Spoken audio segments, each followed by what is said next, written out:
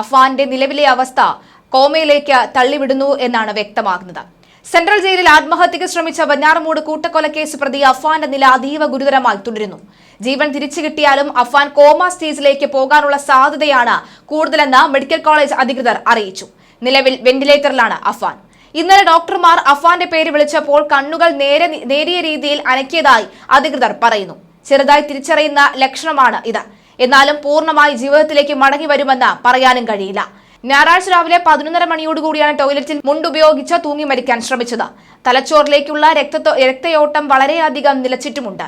രക്തയോട്ടം പോരാതെ കോശങ്ങളും നശിച്ചിട്ടുമുണ്ട്. ഇതുമൂലം തലച്ചോറിൽ വലിയ രീതിയിൽ ക്ഷതം ഏൽക്കാം എന്നാണ് റിപ്പോർട്ട്.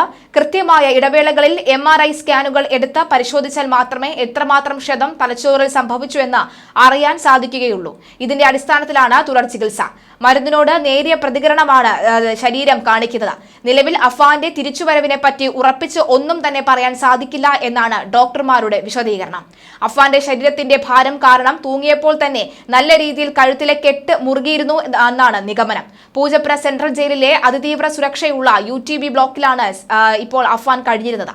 TV കാണാനായി പുറത്തിറങ്ങിയപ്പോഴാണ് ടോയ്ലറ്റിൽ പോകണമെന്ന് ആവശ്യപ്പെടുകയും സമീപത്ത് അലക്കിയിട്ടിരുന്ന മുണ്ട് മറ്റുള്ളവരുടെ കണ്ണുവെട്ടിച്ച് കൈക്കലാക്കുകയും ചെയ്തത്. നിമിഷ നേരം കൊണ്ടാണ് കെട്ടിത്തൂങ്ങിയതും. വെഞ്ഞാറമൂട് കൂട്ടക്കൊലക്കേസ് പ്രതിയായ അഫാന് ജയിലിനകത്ത് തന്നെ കൊട്ടേഷൻ ലഭിച്ചോ എന്നടക്കമുള്ള സംശയവും ഉയരുകയാണ്. അഫാനെ ആരെങ്കിലും വധിക്കാൻ ശ്രമിച്ചോ എന്നടക്കമുള്ള സംശയവും ഉയരുന്നുണ്ട്. കൊട്ടേഷൻ തന്നെ എന്ന് ഉറപ്പിച്ച് പറയുകയുമാണ് അഡ്വക്കേറ്റ് ചെയ്യുന്നത്. കാരണം വക്കീലിനെ തന്റെ കക്ഷിയെ കാണാൻ പോലും അവസരം ഒരുക്കുന്നില്ല എന്നാണ് അഭിഭാഷകൻ ഇപ്പോൾ പരാതി പറയുന്നത്. അതായത് പോലീസുകാർ മനഃപൂർവ്വം എന്തോ മറയ്ക്കാൻ ശ്രമിക്കുന്നുണ്ട് എന്നടക്കമുള്ള കാര്യവും പറയുന്നുണ്ട്. എന്തായാലും അഫാന് കൊട്ടേഷൻ ആണോ ലഭിച്ചതെന്നടക്കമുള്ള സംശയവും ഉയരുകയാണ്. എന്തായാലും ഈ ജീവനക്കാർക്ക് പണി കിട്ടുമോ എന്നൊരു സംശയം കൂടി നിലനിൽക്കുന്നുണ്ട്. എന്നാൽ ജീവനക്കാർക്ക് പണി കിട്ടുന്ന സാഹചര്യം വളരെ കുറവാണെന്ന റിപ്പോർട്ടാണ് പുറത്തു വരുന്നത്. കാരണം ആശുപത്രിയിൽ കൃത്യസമയത്ത് എത്തിക്കാൻ കഴിഞ്ഞതുകൊണ്ടാണ് നിലവിൽ ഇങ്ങനെയെങ്കിലും അഫാൻ തിരിച്ചു കിട്ടിയതെന്നാണ് പലരും പറയുന്നത്. അതുകൊണ്ട് തന്നെ ഈ ഡോക്ടർമാരുടെ അടക്കമുള്ളവരുടെ ഈ ജയിൽ മേധാവിയുടെയും ഡോക്ടർമാരുടെയും അടക്കമുള്ളവരുടെ റിപ്പോർട്ട് പരിശോധിച്ചതിന് ശേഷം മാത്രമേ ഇതിനൊരു തീരുമാനം എടുക്കുകയുള്ളൂ എന്നാണ് അറിയാൻ സാധിക്കുന്നത്. എന്തായാലും മെഡിക്കൽ കോളേജ് ആശുപത്രിയിൽ ചികിത്സയിൽ ഗുരുതരമായി തുടരുകയാണ്. വെന്റിലേറ്ററിൽ കഴിയുകയാണ് നിലവിൽ അഫാൻ. അതീവ ഗുരുതരാവസ്ഥയിൽ തന്നെയാണ് അഫാന്റെ നില തുടർന്നു പോകുന്നത്. വരുന്ന 48 മണിക്കൂർ അതീവ നിർണായകമാണ് എന്നാണ് മനസ്സിലാക്കാൻ സാധിക്കുന്നത്. എന്തായാലും ഞരമ്പുകൾക്ക് മാരകമായി പരിക്കേറ്റിട്ടുണ്ട്. കഴുത്തിലെ ഞരമ്പുകൾ പൂർണ്ണമായും ഇറുകിയിരുന്നു. അതുകൊണ്ട് തന്നെ മാരകമായി പരിക്ക് ഏറ്റിരുന്നു എന്നാണ് മനസ്സിലാക്കാൻ സാധിക്കുന്നത്. എന്തായാലും സാധാരണ ജീവിതത്തിലേക്ക് തിരികെ എത്തിക്കാൻ ഡോക്ടർമാർ തീവ്ര ശ്രമം നടത്തുന്നുണ്ട്. ഓർമ്മശക്തി തിരികെ ലഭിക്കാൻ ചികിത്സ തുടരേണ്ടി വരുമെന്നാണ് വിലയിരുത്തൽ. ശാരീരികമായി മറ്റ് ബുദ്ധിമുട്ടുകൾ ഉണ്ടാകും. കുറ്റപത്രം സമർപ്പിച്ച വിചാരണ തുടരാൻ ഇരിക്കെയാണ് പ്രതിയുടെ സാന്നിധ്യം വളരെ ആവശ്യമാണ്. അതുകൊണ്ട് തന്നെ കേസിനെ ഇത് നല്ല രീതിയിൽ ബാധിക്കാനുള്ള സാധ്യതയും കൂടി കാണുന്നുണ്ട്. എന്തായാലും ഈ ഓർമ്മശക്തി നഷ്ടമായാൽ വിചാരണയെ ബാധിക്കും. അതുമാത്രമല്ല, അതിനു മുൻപ് ആത്മഹത്യാ പ്രവണത പ്രകടിപ്പിച്ചിരുന്ന ഒരു വ്യക്തി കൂടിയാണ് ഇയാൾ. അതുകൊണ്ട് തന്നെ കർശനമായ നിരീക്ഷണത്തിലായിരുന്നു ഇയാൾ കഴിഞ്ഞിരുന്നത്. ഇയാൾക്ക് കർശനമായ നിരീക്ഷണം ഏർപ്പെടുത്തിയിരുന്നു. അധികൃതർ പറയുന്ന അനുസരിച്ച് നോക്കുകയാണെങ്കിൽ ഒരു തടവുകാരൻ കൂടി ഇയാളെ നോക്കാനായി സെല്ലിൽ എപ്പോഴും ഉണ്ടായിരുന്നു. മറ്റു തടവുകാരെ നിരീക്ഷിക്കാൻ ഏർപ്പെടുത്തുക എന്നത് ജയിലിന്റെ ഒരു പ്രോട്ടോകോളിന്റെ ഭാഗമായി തന്നെ അല്ലെങ്കിൽ ഒരു നിയമത്തിന്റെ ഭാഗമായി തന്നെ ഉണ്ട്. അതുകൊണ്ട് തന്നെ അഫാന്റെ ഓരോ നീക്കവും നിരീക്ഷിക്കാനായി അധികാരികൾ ചൂണ്ടിക്കാണിക്കുന്നത് മറ്റ് തടവുകാരനും ഒപ്പം അതുപോലെ തന്നെ ഈ പറയുന്ന പോലീസുകാരും ഒക്കെ തന്നെ ഉണ്ടായിരുന്നു എന്നാണ്. തടവുകാരുടെ സഹായം തേടിയിരുന്നു പോലീസുകാർ പലപ്പോഴും. അയാൾ ഫോൺ വിളിക്കാനായി പോയപ്പോഴാണ് അഫാൻ ഈ ഒരു കടുങ്കൈ ചെയ്തത് എന്നാണ് അറിയാൻ സാധിച്ചത്. എന്തായാലും അപ്പോൾ തന്നെ ആശുപത്രിയിൽ എത്തിക്കാൻ കഴിഞ്ഞത് ജയിൽ ജീവനക്കാരുടെ ഇടപെടൽ മൂലമാണ്. അതുകൊണ്ട് തന്നെ ജയിൽ ജീവനക്കാർക്ക് വീഴ്ച പറ്റിയിട്ടില്ലെന്നാണ് മനസ്സിലാകുന്നത്. തീവ്രതയും വ്യാപ്തിയും, അതായത് സംഭവത്തിന്റെ തീവ്രതയും വ്യാപ്തിയും പരിഗണിച്ചതിന് ശേഷം മാത്രമേ ജീവനക്കാർക്ക് എതിരെ നടപടി സ്വീകരിക്കണമോ വേണ്ടയോ എന്ന് തീരുമാനിക്കുകയുള്ളൂ എന്നാണ് ഉദ്യോഗസ്ഥർ പറയുന്നത്.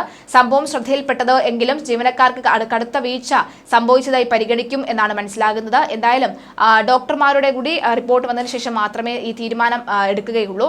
പക്ഷേ അതേസമയം അഫാൻ ഒരു വിഷാദ രോഗത്തിന് അടിമയായിരുന്നു, അതിലേക്ക് കടന്നിരുന്നു എന്നാണ് മനസ്സിലാകുന്നത്. അഫാനെ ചികിത്സിക്കാൻ ഡോക്ടർമാർ പലപ്പോഴായി ജയിലിൽ എത്തിയിരുന്നു എന്നും പറയുന്നുണ്ട്. എന്തായാലും കേസിൽ ചാർജ് ഷീറ്റ് നൽകാൻ ഇരിക്കെയാണ് ഇതുമായി ബന്ധപ്പെട്ട പോലീസ് അഫാനെ ജയിലിലെത്തി ചോദ്യം ചെയ്യുകയും ഒക്കെ ചെയ്തിരുന്നു. ഇതിനെപ്പറ്റി കൂടുതൽ വിവരങ്ങൾ അറിയില്ല എന്നാണ് അഭിഭാഷകനും പറയുന്നത്. പോലീസിനെ എന്തോ ഒളിപ്പിക്കാനുണ്ടെന്നും അഭിഭാഷകൻ ആരോപിക്കുന്നുണ്ട്. അഫാനെ ആശുപത്രിയിൽ വെച്ചും കാണാൻ പോലീസ് അനുവദിക്കുന്നില്ല.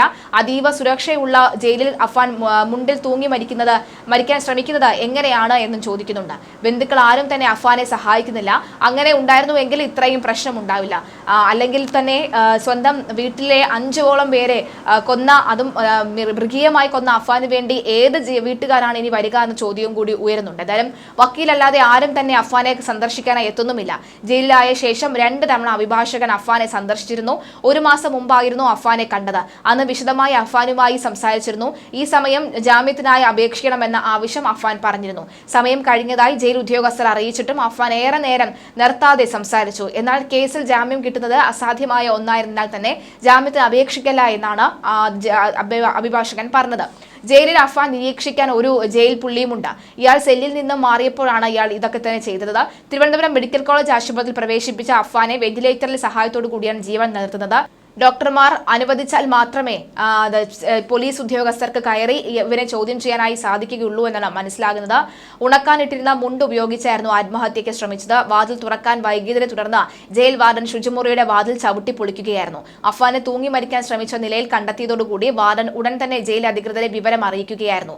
പിതൃമാതാവ് സൽമാ ബീവിയെ കൊലപ്പെടുത്തിയ കേസിൽ അഫാനെതിരെ അന്വേഷണ സംഘം കഴിഞ്ഞ ദിവസം കുറ്റപത്രം സമർപ്പിച്ചിരുന്നു. തനിക്ക് തെറ്റുപറ്റിയെന്നാണ് മാതാപിതാക്കളെ കാണണമെന്നും നേരത്തെ അഫാൻ ഉദ്യോഗസ്ഥരോടും ആഗ്രഹം പ്രകടിപ്പിച്ചിരുന്നു. ചോദ്യം ചെയ്യുന്ന സമയത്ത് ഉൾപ്പെടെ ആത്മഹത്യ ചെയ്യുമെന്ന് അഫാൻ വെളിപ്പെടുത്തിയതായും റിപ്പോർട്ടിൽ പറയുന്നു. ഫെബ്രുവരി 24-നാണ് വെഞ്ഞാറമൂട്ടിൽ പിതൃമാതാവ് സൽമാ ബീവി, അതുപോലെ തന്നെ പിതൃ സഹോദരൻ ലത്തീഫ്, ഭാര്യ ഷാഹിദ, സഹോദരൻ അഹ്സാൻ, പെൺസുഹൃത്ത് ഫർസാന എന്നിവരെ അഫാൻ കൊലപ്പെടുത്തിയത്. രാവിലെ കൊലപാതകങ്ങളും നടന്നിരുന്നു. മാതാവ് ഷെമിയെ ആക്രമിച്ചപ്പോൾ മരിച്ചെന്നായിരുന്നു അഫാൻ കരുതിയിരുന്നത്. എന്നാൽ പിന്നീട് ആണ് ഷെമി മരിച്ചില്ല എന്ന സത്യാവസ്ഥ അഫാൻ മനസ്സിലാക്കിയത്. ജയിലിനുള്ളിലെ ജയിൽ എന്നറിയപ്പെടുന്ന UT ബ്ലോക്കിലാണ് അഫാൻ ഉണ്ടായിരുന്നത്. എന്തായാലും കുറ്റവാളികൾ ഒക്കെ തന്നെ അഫാന് സുരക്ഷിതയായി ഉണ്ടായിരുന്നു. പക്ഷേ ആരുടെ കണ്ണു വെട്ടിച്ചോ, എങ്ങനെയാണ് അഫാൻ ഇങ്ങനെ ചെയ്തത് എന്നുള്ള ചോദ്യം ഉയരുന്നുണ്ട്. അപ്പോഴാണ് ഇത് അഫാന് തന്നെ കിട്ടിയ ഒരു കൊട്ടേഷൻ ആയിരുന്നോ എന്നൊരു സംശയവും കൂടി ഉണ്ടാകുന്നത്. എന്തായാലും കൊട്ടേഷൻ ആയാലും എന്തു തന്നെയായിരുന്നാലും അഫാന്റെ നില അതീവ ഗുരുതരമാണ്. കോമ അവസ്ഥയിലേക്ക് അഫാൻ പോകാനുള്ള സാധ്യത തള്ളിക്കളയാതെ സത്യത്തിൽ ഡോക്ടർമാരും അഫാന്റെ കേസിൽ കൈയൊഴിഞ്ഞു എന്നാണ് മനസ്സിലാകുന്നത്. 48 മണിക്കൂർ നിർണായകമെന്ന് പറയുന്നു. എന്തായാലും അഫാന്റെ നിലവിലുള്ള സാഹചര്യം എന്താണെന്ന് അറിയണം. അഫാൻ എന്തെങ്കിലും സംഭവിക്കുകയാണെങ്കിൽ 5 പേരെ കൊലപ്പെടുത്തിയ ഒരു സംഭവത്തിൽ ഒന്നുമല്ലാതെയായി കേസ് മാറിപ്പോകുമെന്ന കാര്യത്തിൽ സംശയമില്ല.